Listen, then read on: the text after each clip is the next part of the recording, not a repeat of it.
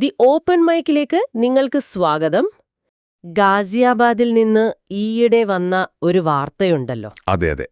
അതിനെക്കുറിച്ചാണ് നമ്മൾ ഇന്ന് കുറച്ചുകൂടി ആഴത്തിൽ സംസാരിക്കാൻ പോകുന്നത്.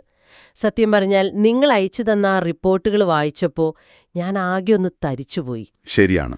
9ാം നിലയിലെ ബാൽക്കണിയിൽ നിന്ന് വീണ് 16ഉം 14ഉം 12ഉം വയസ്സുള്ള 3 സഹോദരിമാർ മരിക്കുന്നു. ഒറ്റനോട്ടത്തിൽ ഇതൊരു ദുരന്ത വാർത്തയാണ്. പക്ഷെ അതിനുള്ളിലേക്ക് പോകുന്തോറും അതെ, ആഴത്തിലേക്ക് പോകുന്തോറും ഇതൊരു സാധാരണ മരണവാർത്തയല്ല. ഒരുപാട് സങ്കീർണമായ കാര്യങ്ങൾ ഇതിന് പിന്നിലുണ്ടെന്ന് വ്യക്തമാകും. നിങ്ങൾ പറഞ്ഞത് വളരെ ശരിയാണ്.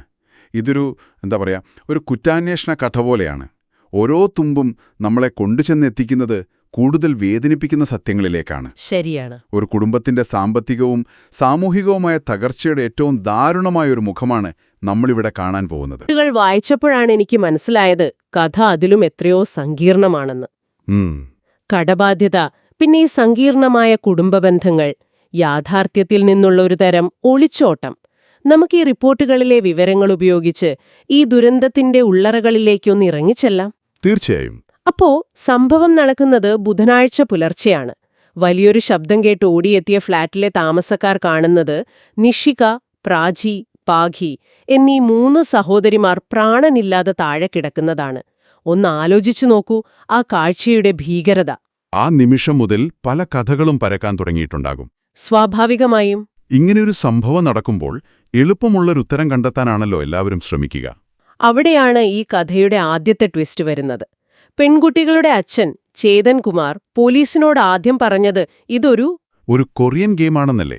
അതെ, ആത്മഹത്യ ചെയ്യാൻ പ്രേരിപ്പിക്കുന്ന ഒരു കൊറിയൻ ഗെയിമാണ് ഇതിന് പിന്നിലെന്നാണ്.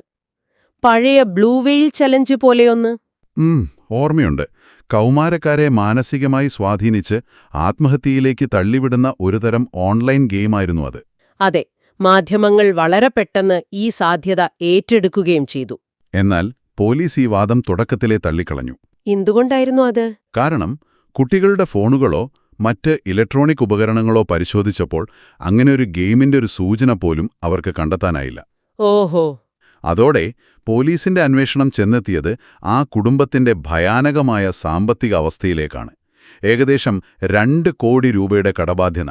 2 കോടി? അതെ, ഇതായിരുന്നു ആ കുടുംബത്തെ ശ്വാസം മുട്ടിച്ചുകൊണ്ടിരുന്ന പ്രധാന ഘടകം. 2 കോടി രൂപ, അതും ഒരു സ്റ്റോക്ക് ട്രേഡർക്ക്. സ്റ്റോക്ക് ട്രേഡിംഗിൽ ലാഭം മാത്രമല്ല വലിയ നഷ്ടങ്ങളും സംഭവിക്കാമല്ലോ. തീർച്ചയായും.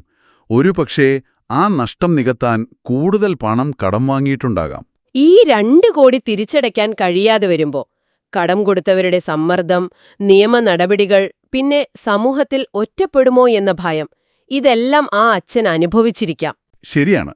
ആ സമ്മർദ്ദമാണ് വീട്ടിലെ മറ്റു പ്രശ്നങ്ങൾക്ക് വളം വെച്ചത് എന്നു വേണം കരുതാൻ. അതെ. ഇവിടെ നമ്മൾ കാണുന്നത് ഒരു കുടുംബത്തിന്റെ മാത്രം കഥയല്ല. ഇന്ത്യയിലെ പുതിയ നഗരങ്ങളിലെ മധ്യവർഗ കുടുംബങ്ങൾ നേരിടുന്ന സമ്മർദ്ദങ്ങളുടെ ഒരു നേർചിത്രം കൂടിയാണിത്. ശരിയാണ്. സ്റ്റോക്ക് മാർക്കറ്റ് പോലുള്ള വഴികളിലൂടെ എളുപ്പത്തിൽ പണമുണ്ടാക്കാമെന്ന് കരുതി അതിൽ കുടുങ്ങിപ്പോകുന്നതും അതിലൂടെ ഉണ്ടാകുന്ന കടക്കെണിയും ഇന്ന് സാധാരണമായിക്കൊണ്ടിരിക്കുകയാണ്. അതിന്റെ ഏറ്റവും ദാരുണമായ ഇരകളാകുന്നത് പലപ്പോഴും കുട്ടികളാണ്. ആ വീട്ടിലെ ഓരോ ദിവസവും ഈ കടത്തിന്റെ ഒരു കനത്ത നിഴലിലായിരുന്നു. ഈ സാമ്പത്തിക സമ്മർദ്ദം പിന്നെ സ്വാഭാവികമായും വീട്ടിലെ ബന്ധങ്ങളെയും ബാധിച്ചിട്ടുണ്ടാവുമല്ലോ. റിപ്പോർട്ടുകൾ പ്രകാരം ആ കുടുംബത്തിന്റെ ഘടനയും വളരെ സങ്കീർണമായിരുന്നു, അല്ലേ? അതെ, അവിടെയാണ് ഈ കഥയുടെ അടുത്ത തലം വരുന്നത്. ചേതൻ കുമാറിന് 2 ഭാര്യമാരുണ്ട്. ഓ. രണ്ടാമത്തെ ഭാര്യ ആദ്യ ഭാര്യയുടെ സഹോദരിയാണ്. അതെ. അതോടൊപ്പം ആദ്യ വിവാഹത്തിൽ മാനസിക വെല്ലുവിളി നേരിടുന്ന 14 വയസ്സുള്ളൊരു മകനുമുണ്ട്. അപ്പൊ ആലോചിച്ചു നോക്കൂ, സാമ്പത്തികമായി തകർന്ന സങ്കീർണമായ ബന്ധങ്ങളുള്ള ഒരു പ്രത്യേക പരിഗണന ആവശ്യമുള്ളൊരു കുട്ടി കൂടിയുള്ളൊരു വീട്. ആ പെൺകുട്ടികൾക്ക് എവിടെ നിന്നാണൊരു ആശ്വാസം ലഭിക്കുക?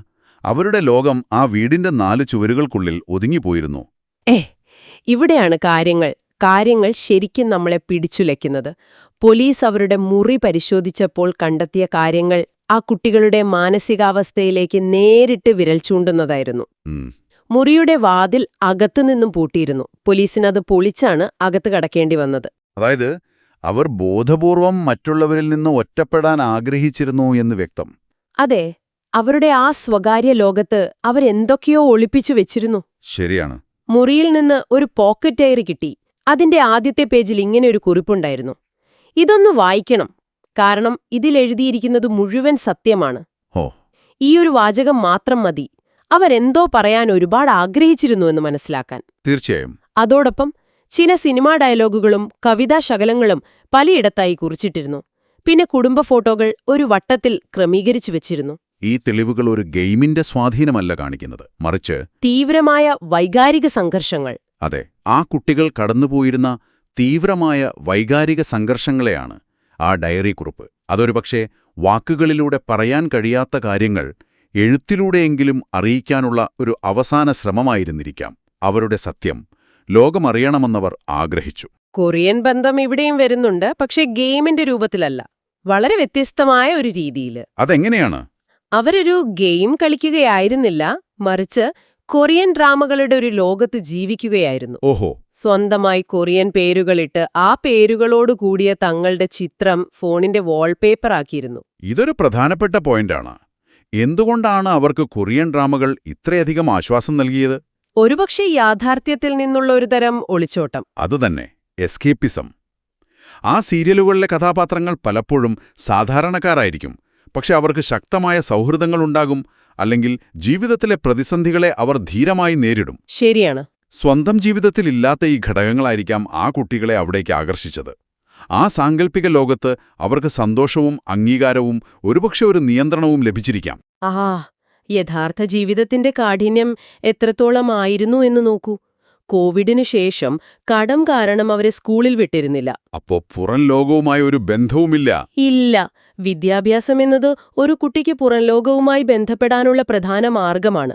കൂട്ടുകാരുമായി സംസാരിക്കുക, പുതിയ കാര്യങ്ങൾ പഠിക്കുക, ഇതെല്ലാം അവർക്ക് നിഷേധിക്കപ്പെട്ടു. അവർ ആ വീടിന്റെ 4 ചുവരുകൾക്കുള്ളിൽ തളച്ചിടപ്പെട്ടു. അതോടൊപ്പം പെൺകുട്ടികളെ വിവാഹം കഴിപ്പിച്ചയക്കുമെന്ന് അച്ഛൻ ഭീഷണിപ്പെടുത്തിയിരുന്നുവെന്നും റിപ്പോർട്ടുകൾ പറയുന്നുണ്ട്. ഹോ, അതും കൂടിയുണ്ടോ? അതെ, ഇത് അവരുടെ ഭാവിയെക്കുറിച്ചുള്ള എല്ലാ പ്രതീക്ഷകളെയും ഇല്ലാതാക്കിയിരിക്കാം. അപ്പോൾ നോക്കൂ, ഒരു വശത്ത് കടവും ഒറ്റപ്പെടലും ഭീഷണികളും നിറഞ്ഞ യാഥാർത്ഥ്യം, മറുവശത്ത് നിറങ്ങളും സൗഹൃദവും പ്രതീക്ഷയുമുള്ള കൊറിയൻ ഡ്രാമകളുടെ സാങ്കല്പിക ലോകം. അതെ, ഈ രണ്ടും തമ്മിലുള്ള അന്തരം താങ്ങാൻ അവർക്ക് കഴിഞ്ഞിട്ടുണ്ടാവില്ല. അവസാനത്തെ ആണി അടിച്ചതെന്തായിരിക്കാം? എന്തായിരുന്നു ആ പെട്ടെന്നുള്ള പ്രകോപനം? റിപ്പോർട്ടുകൾ പ്രകാരം അച്ഛൻ കുറച്ച് നിർണായകമായ കാര്യങ്ങൾ ചെയ്തിരുന്നു. കറണ്ട് ബിൽ അടയ്ക്കാൻ പണമില്ലാത്തതുകൊണ്ട് അവരുടെ മൊബൈൽ ഫോണുകൾ വിറ്റു. ഓഹ്, ഇന്നത്തെ കാലത്ത് ഒരു മൊബൈൽ ഫോൺ എന്നത് വെറുമൊരു ഉപകരണം മാത്രമല്ലല്ലോ. അല്ല.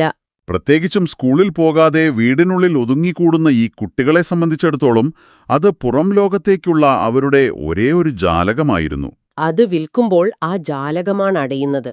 അതുമാത്രമല്ല, ഈ സംഭവം നടക്കുന്നതിന് തൊട്ടുമുമ്പുള്ള ആഴ്ച അച്ഛന്റെയോ അമ്മയുടെയോ ഫോണിൽ കൊറിയൻ ഡ്രാമ കാണുന്നതും വിലക്കി.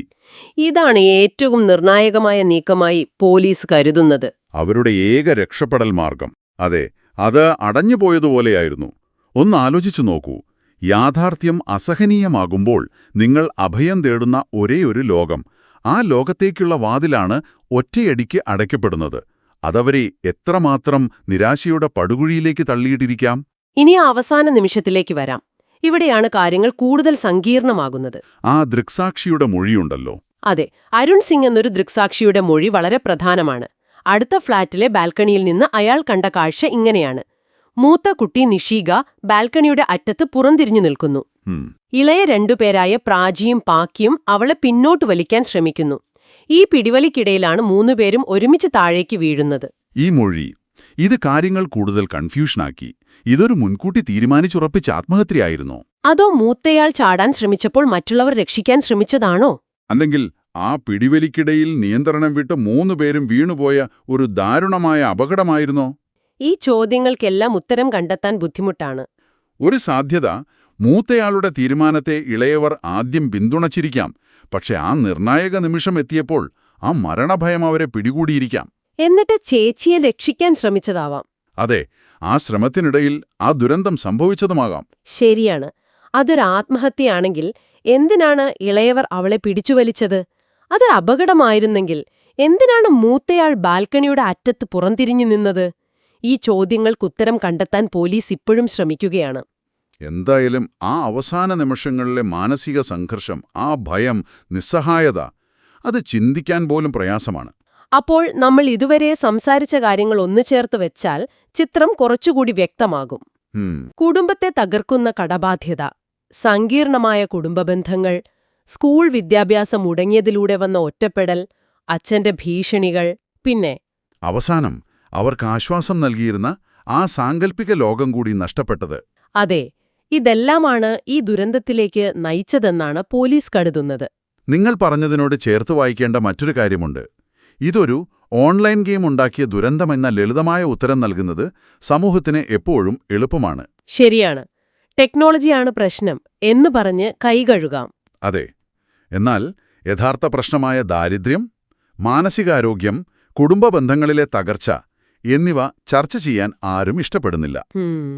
ഇവിടെ നമ്മൾ കാണുന്നത് കഠിനമായ യാഥാർത്ഥ്യത്തിനും സാങ്കല്പിക ലോകത്തിനുമിടയിൽ കുടുങ്ങിപ്പോയ 3 കുട്ടികളുടെ ദാരുണമായ കഥയാണ്. അവരുടെ ഒരേയൊരു ആശ്വാസവും തട്ടിപ്പറിക്കപ്പെട്ടപ്പോൾ അവർക്ക് മുന്നിൽ മറ്റു വഴികളൊന്നുമുണ്ടായിരുന്നില്ല. അപ്പോൾ ഒരു ഗെയിമാണ് വില്ലൻ എന്ന ആദ്യത്തെ വാർത്ത. അത് യഥാർത്ഥത്തിൽ കടവും നിരാശയും ഒറ്റപ്പെടലും നിറഞ്ഞ ഒരു കുടുംബത്തിന്റെ പ്രശ്നങ്ങളിൽ നിന്ന് ശ്രദ്ധ തിരിക്കുന്ന ഒന്നായിരുന്നു. യാഥാർത്ഥ്യം അതിലും എത്രയോ സങ്കടകരവും സങ്കീർണവുമാണ്. ആ കുട്ടികൾക്ക് സംസാരിക്കാൻ, അവരുടെ പ്രശ്നങ്ങൾ പങ്കുവയ്ക്കാൻ ആരെങ്കിലും ഉണ്ടായിരുന്നെങ്കിൽ ഒരുപക്ഷേ ഈ ദുരന്തം ഒഴിവാക്കാമായിരുന്നു. തീർച്ചയായും.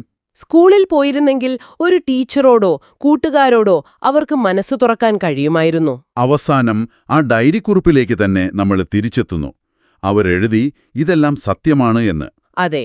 അന്വേഷണം തുടരുമ്പോൾ എന്ത് സത്യമാണ് ആ കുട്ടികൾ അവരുടെ മാതാപിതാക്കളോടും ഈ ലോകത്തോടും പറയാൻ ആഗ്രഹിച്ചത് എന്ന ചോദ്യം ബാക്കിയാവുന്നു. അതവരുടെ വീടിന്റെ 4 ചുമരുകൾക്കുള്ളിൽ അനുഭവിച്ച സാമ്പത്തികവും വൈകാരികവുമായ ശ്വാസമുട്ടലായിരുന്നു. അതോ അവർ കെട്ടിപ്പടുത്ത സാങ്കല്പിക ലോകം യാഥാർത്ഥ്യവുമായി കൂട്ടിയിടിച്ചപ്പോൾ ഉണ്ടായ ആഘാതമായിരുന്നു ആ സത്യം? ഒരു പക്ഷേ ആ സത്യം ഈ എല്ലാ ഘടകങ്ങളും ചേർന്ന വാക്കുകൾക്കതീതമായ ഒരു വേദനയായിരുന്നിരിക്കാം.